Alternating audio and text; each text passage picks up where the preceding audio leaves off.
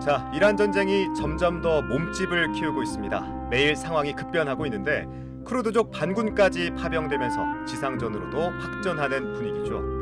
트럼프 대통령이 불량 국가로 지목했던 이란 그리고 북한. 지금 이 시점에서 트럼프는 또 북한은 어떤 생각을 하고 있을까요? 매번 달라지는 세계 판을 읽는 시간 조경근의 신세계 조경근 교수와 함께합니다. 교수님 어서 오세요. 네, 안녕하세요. 네, 교수님 반갑습니다. 네.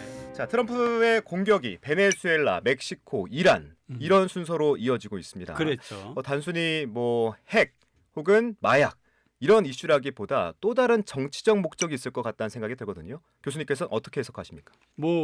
미국은 그야말로 스스로 세계를 운영한다고 생각하는 나라거든요.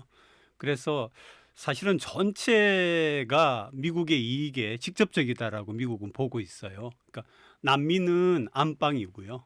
그다음에 중동은 또 왜 중요하냐 하면은 중동은 중동이라고 하는 지역이 유럽, 아프리카, 아시아의 중간에 있잖아요. 그렇죠. 네. 이 지역은 그래서 유럽과 아프리카와 아시아의 미국 이익을 지키는데 굉장히 중요한 지정학적인 의미가 있고요.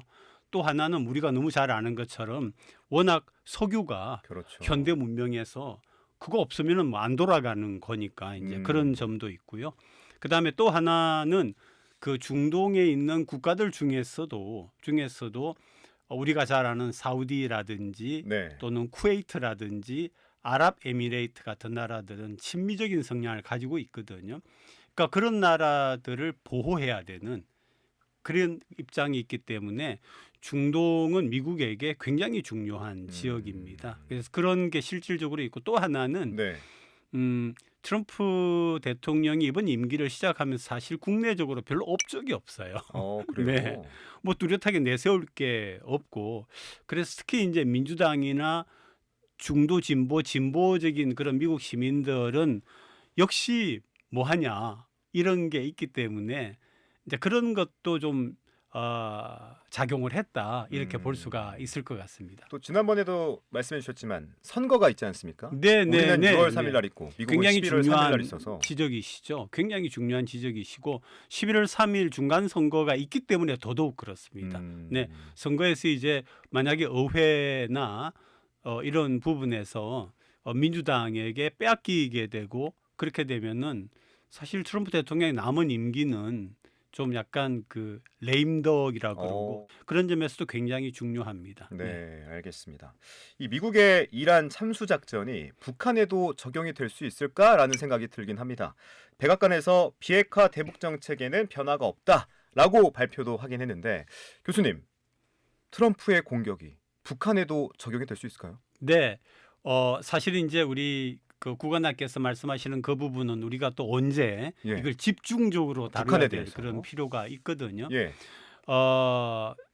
쉽지는 않을 겁니다. 그리고 이제 저는 학자이긴 하지만 이렇게 생각을 자꾸 해봅니다. 네. 1990년대부터 북한이 핵을 개발하기 시작하면서 핵 보유 국가가 되지 않았습니까? 지금 이란에게 하는 걸 보면은 미국이 왜 북한에 대해서 강경하게 나오지를 않았을까라고 하는 생각을 자꾸 해보게 되거든요. 예.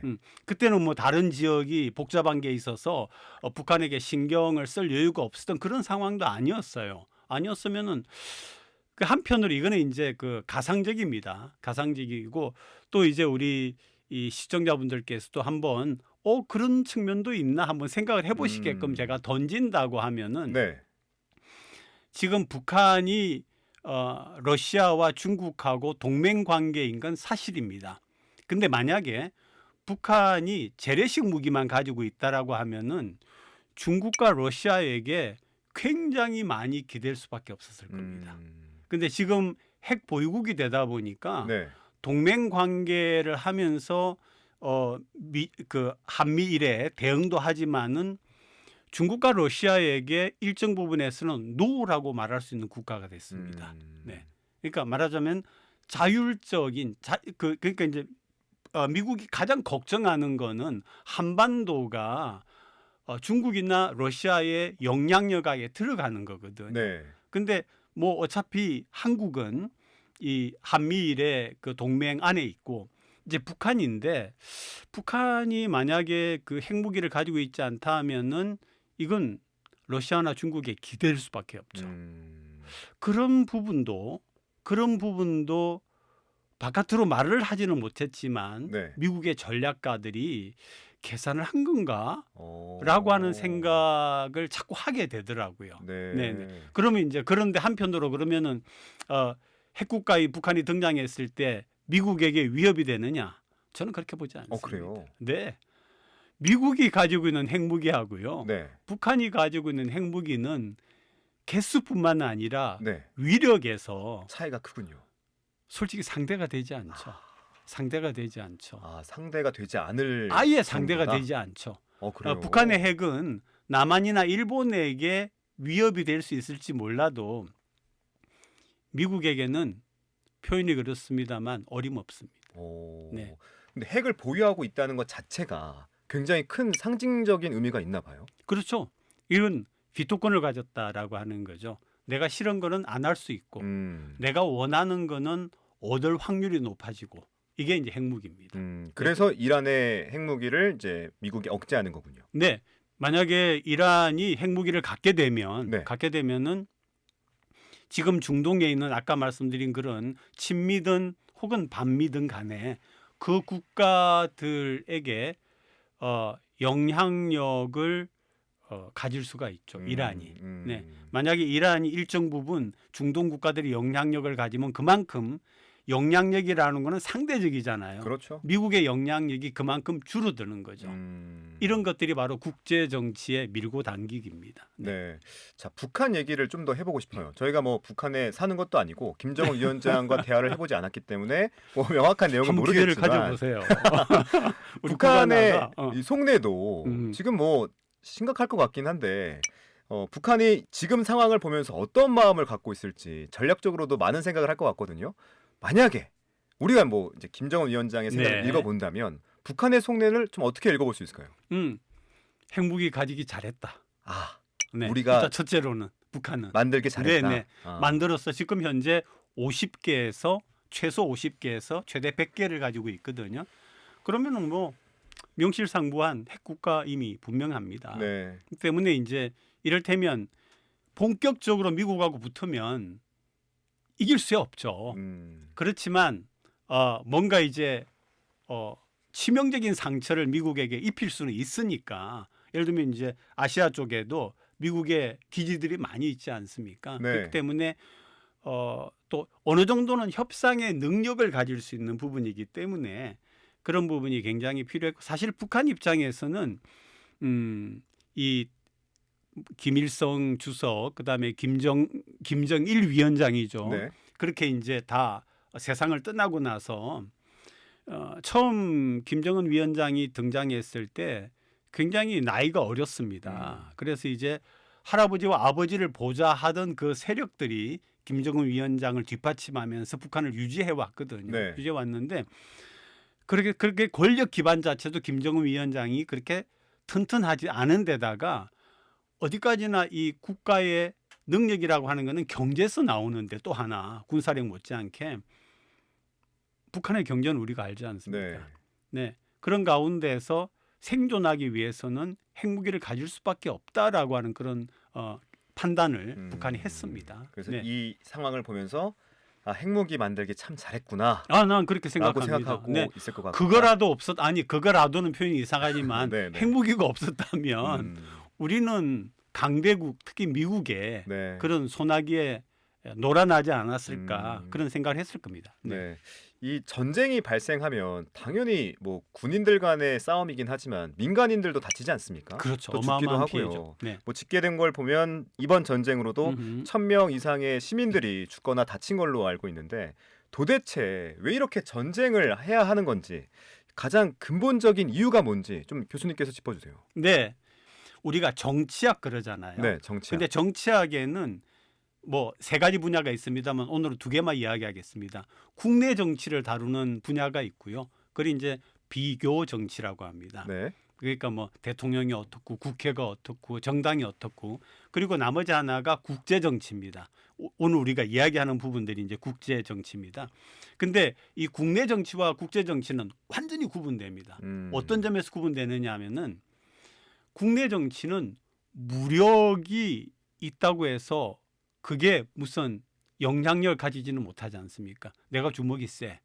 우리 당이 크기 때문에 너를 어떻게 할 거야? 이렇게 안 되지 않습니까? 근데 국제 정치는 힘입니다. 네, 무력입니다. 경제력, 무력이 군사력이 1번이고요. 그다음에 경제력입니다.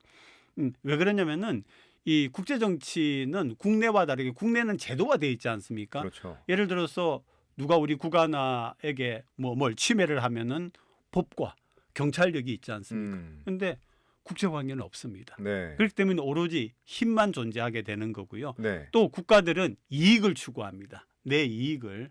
그래서 그걸 예를 들면 이제 영토를 침범당한다든지 우리가 가진 자원을 뺏어가려고 한다든지 우리의 경제 관계를 해치려고 한다든지 뭐 이런 것들을 막을 수 있는 힘은 무력밖에 없고 근데 그걸 또 뺏을 수 있는 힘도 무력입니다. 네. 네, 그렇기 때문에 이 국가 간의 전쟁이라고 하는 거는 그런 것들을 얻기 위한 수단의 하나이죠. 미국이 베네수엘라를 그렇게 했던 것도 힘을 통해서 이익을 얻었던 거죠. 안방을 지켰던 거죠. 예. 그런 점에서 국제관계, 국제정치는 우리가 말하는 흔히 말하는 정치와는 완전히 다릅니다. 방금 하신 질문을 이제 결론적으로 한마디만 딱 말씀드리고 마무리를 하면은 국가 간에는 도덕이 존재하지 않습니다. 국가 간엔 도덕이 존재하지 않아요. 않습니다. 국가 간에는 이익과 힘만이 존재합니다. 너무 이기적인 거 아닙니까? 아니요, 그게 국제 정치의 본질입니다. 아, 그래요. 그래서 트럼프 대통령이 뭐라고 했습니까? 힘을 통한 평화.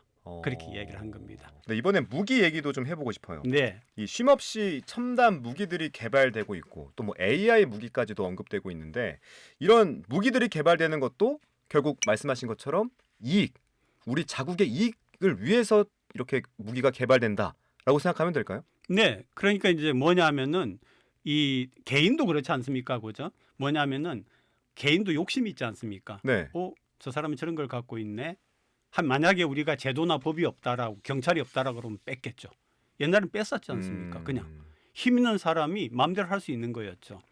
그런 것처럼 이제 그렇기 때문에 국가 차원에서는 그런 이익을 실현하기 위한 유일한 수단이 군사력이죠. 네. 그렇기 때문에 근데 군사력이라고 하는 거는 이 사람이 말하자면은 70% 수준의 군사력이 있으면 이쪽에서는 80%를 갖고 자원하고 다시 또 85%를 갖고 끊임없는 무기 경쟁, 군사 경쟁이 인류 사회에서는 일어날 수밖에 없습니다. 유엔이 있음에도 불구하고 네. 뭐가 있어도 국가 간의 무기 경쟁은 일어날 수밖에 없고 계속될 겁니다. 계속 발전하겠네요. 무기는. 무기가 발전한다는 게 아까 내가 재밌다는 얘기처럼 좀 약간 어색한 개념일 수 있죠, 그죠? 네. 근데 말 그대로 무기가 발전할 겁니다. 네. 이번에 이 미국 이란 전쟁에서 등장했던 이 죽음의 백조, 네. 흔히 이제 전략 폭격기라고 그렇죠, 표현하기도 그렇죠. 하는데 이 B2와 B1B, 네, 이것 좀 소개해 주세요. 네, 어떤 예, 전투기죠? TV 화면을 자세히 보시면요, 예.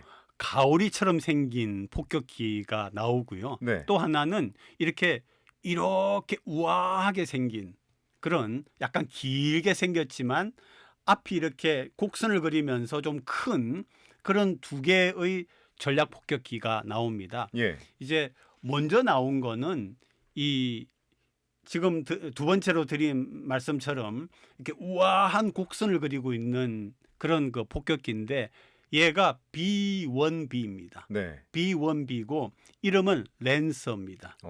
랜서가 뭐냐면은 창을 든 기병이란 뜻입니다. 그러니까 옛날에 그 고대 시대 전투를 할 때 가장 무서웠던 상대가 누구냐 하면은 말을 엄청 잘 타면서 창을 엄청 잘 쓰는 군인이 병사가 타고 있는 겁니다. 그럼 죽을 수밖에 없죠. 아무리 칼을 들고 있어도 그죠. 네. 그래서 이제 그걸 창기병이라고 하는데 이 B1B 랜스에서 랜스가 창기병이라는 뜻입니다. 이 친구의 별명이 죽음의 백조입니다. 백조처럼 우아하게 생겼지만은 뜨기만 하면은 죽음을 부른다 해서 음. 별명이 B1B 랜스는 죽음의 백조고요. 그다음에 이제 나온 이 B1B는 부분적으로 스텔스가 됩니다. 근데 완벽하게 스텔스가 되는 최첨단 현재 실전에 쓰고 있는 중에서는 가장 뛰어난 성능을 가지고 있는 게 바로 가올이라고 말씀하신 B2인데 스피릿입니다. 걔는 이름이 스피릿. 정신이에요? 네. 전투기 이름이 정신인 거네요. 좀 재밌죠. 네. 이름이 B2 스피릿인데 얘는 이제 그야말로 어마어마한 그런 무기를 싣고 핵폭탄 비롯해서 싣고 오는데 언제 오는지 모릅니다. 아, 네. 안 보이니까. 네, 갑자기 머리 위에 떠서 네. 폭탄을 퍼붓기 시작하기 때문에 죽음의 암살자라는 별명을 갖고 있습니다. 그렇군요. 근데 B1B는 죽음의 백조. 예. 예, 이 B2 스피릿은 이름이 별명이 침묵의 암살자입니다. 침묵의 암살자. 죽음의 침묵의 암살자. 예. 조용하게 나타나서 네, 공격한다. 네, 그런 뜻이군요. 살상하는. 예. 근데 이번에 또 AI 무기가 네. 등장해서 화제인데 AI를 저는 뭐 우리 작업할 때 컴퓨터로 이런 뭐 업무를 할 때 쓰는 정도로만 생각했는데 이거를 사람을 죽일 수 있는 무기로 사용한다는 게 굉장히 어색하면서 불편했거든요. 이번에 등장한 AI 무기는 어떤 무기입니까? 아마 10년 안에 로봇 병사가 나올 거고요. 그다음에 지금 얘기하시는 AI가 본격적으로 전장에서 활동을 하기 시작을 할 겁니다. 네. 그리고 솔직히 말하면 로봇 병사도 드론도 AI 기술이 들어가 있습니다. 그 안에 AI 기술이 뭐냐면은요, 이 결국 전쟁을 하려고 하면은 상대를 알아야 되고 내 능력을 알아야 되지 않습니까? 그렇죠. 내 능력을 어떤 규모로 어떻게 쓸 거냐도 판단을 해야 되지 않습니까? 그러니까 AI라고 하는 거는 우리가 소위 말하는 흔히 옛날 개념으로 컴퓨터라고 하지 않습니까? 그게 최고도로 발달이 되어 있는 거죠. 그래서 모든 정보를 상대방 거건 내 거건 모든 정보를 가지고 상황을 파악해서 그게 지형이건 지물이건 간에 파악해가지고 최선의 공격력을 공격 방법을 찾아내는 거죠. AI가 스스로. 네, 그래서 이 AI는요 오작동이 없습니다. 네. 그리고 통제불능도 되지 않습니다. 그래서 이런 것들이 이제 결국 전장에 쓰이는데 제가 나라별로 말씀드리면은 미국은 2년 안에 지금부터 2년 안에 AI 무기가 실전 배치를 시킬 거고요. 중국은 지상의 차량, 그다음에 잠수함, 그리고 전투기에도 이미 AI 체계를 갖추기 시작해서 육해공 AI 체계를 갖추고 있습니다. 네, 갖추고 가고 있습니다. 그리고 이스라엘도 나머지 국가 중에서는 가장 빨리 지금 다가가고 있는데 우리 한국을 비롯해서 모든 나라들이 이 전장에 쓰이는 무기를 AI화하려고 지금 노력을 하고 있습니다. 그래서 앞으로는 AI가 전력, 그다음에 전략 전술, 그다음에 전장의 특징 이런 것들을 다양하고 그다음에 방대한 자료들을 순식간에 분석을 해가지고 최상의 공격을 만들어내는 거죠. 그게 바로 AI 무기인데 이게 이제 잠수함에도 쓰이고 전투기에도 쓰이고 탱크에도 쓰이고 로봇에도 쓰이고 하는 거죠. 네. 그러니까 사람이 전쟁하는 모습은 우리가 뭐라고 합니까? 이 영화 같은 데서 봤던 그런 모습이 아마 곧 나타날 겁니다. 네. 알겠습니다. 네. 뭔가 로봇 전쟁이라고 하니까 뭔가 크게 와닿진 않는데 그게 곧 일상이 될 거다. 일상이 될 겁니다. 라는 말씀이시죠. 네. 그리고 눈에 보는 로봇뿐만 아니라 우리가 아는 탱크라든지 잠수함이라든지 폭격기라든지 전투기도 AI가 움직여가는 거죠. 사람보다 훨씬 능력이 뛰어나니까. 좀 섬뜩하긴 네. 합니다. 사람이 판단하는 데는 한계가 있지 않습니까? 그러니까요. 근데 AI는 100사람 1000명, 10,000명이 모인 것보다 훨씬 능력 있게 판단을 하죠. 알겠습니다. 네. 자, 아무튼 이번 전쟁의 키는 결국 트럼프 대통령이 쥐고 있는 것 같은데 트럼프 대통령이 영원히 전쟁이 가능하다라는 말도 했거든요. 또 이번 작전명도 되게 특이했던 게 장대한 분노라고 지었더라고요. 작전명부터 최근 발언까지 굉장히 큰 화제를 몰고 있는데 이 부분은 좀 어떻게 해석하면 좋을까요? 이런 그 전쟁을 이끌어가는 어떤 지도자는 한마디의 단어를 가지고 상대 머릿속에 심어서 상대가 트럼프가 이야기하는 예를 들면 장대한 분노를 계속 기억하게 하는 거죠. 그러면 이게 의기소침해집니다. 장대한 분노는 뭐냐 그러면요. 자, 나하고 전쟁을 시작했어. 봐주는 거 없어.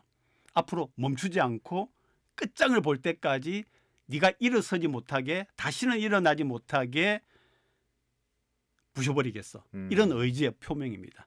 내 지금 분노가 그냥 분노가 아니라 네. 그냥 천하를 가리듯이 하는 그런 분노다라고 하는 거고요.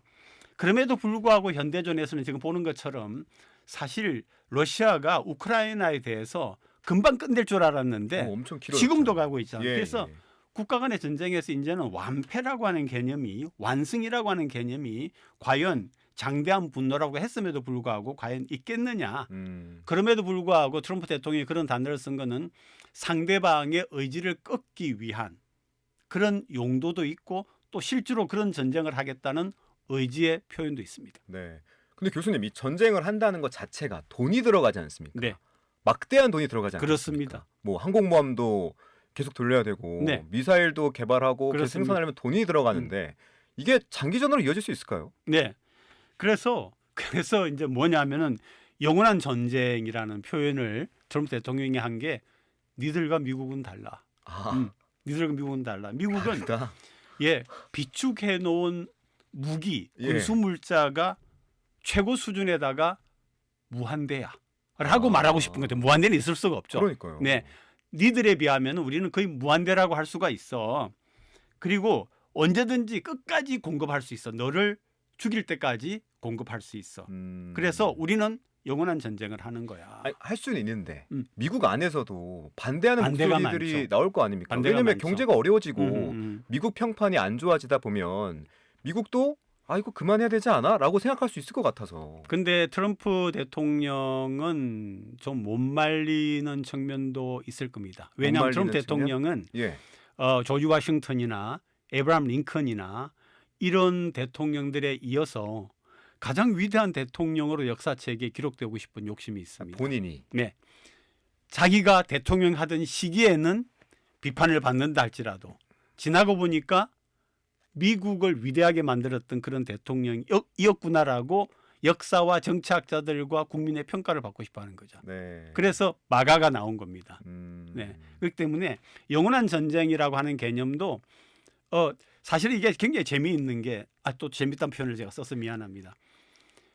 러시아가 미국과 함께 옛날에 양대 강대국이었잖아요. 네. 그런데 우크라이나에 저러고 있지 않습니까? 네. 미국은 다르다는 거죠. 미국은 너와 달라. 누구와도 달라. 전 세계 어떤 국가와도 달라. 우리는 영원한 전쟁을 할 수 있고 완벽하게 이길 수 있는 국가야. 라고 하는 얘기를 계속하고 이런 전쟁을 통해서 예를 들면 이제 중동 전쟁이 끝나지 않습니까? 그러면 중동 지역이 미국의 더 큰 영향력 하에 들어가죠. 그러면은 뭐 석유라든지 또는 여러 가지 자원들이 미국이 훨씬 더 유용할 수가 있죠. 그래서 미국을 더 위대하게 할 수 있다는 겁니다. 결국 아까 말씀하셨던 자국의 이익. 자국의 이익이죠. 결국 거기에 결부가 거기에 되겠네요. 초점이 있습니다. 네, 뭡니까? 그 안에 있는 누구를 구하겠다 이런 거는 내세우는 거고요. 네. 사실은 미국의 이익을 실현하는 거죠. 알겠습니다. 네. 자, 오늘은 여기까지 듣겠습니다. 조경근의 신세계 지금까지 조경근 교수와 함께했습니다. 교수님 귀한 말씀 고맙습니다. 네, 고맙습니다.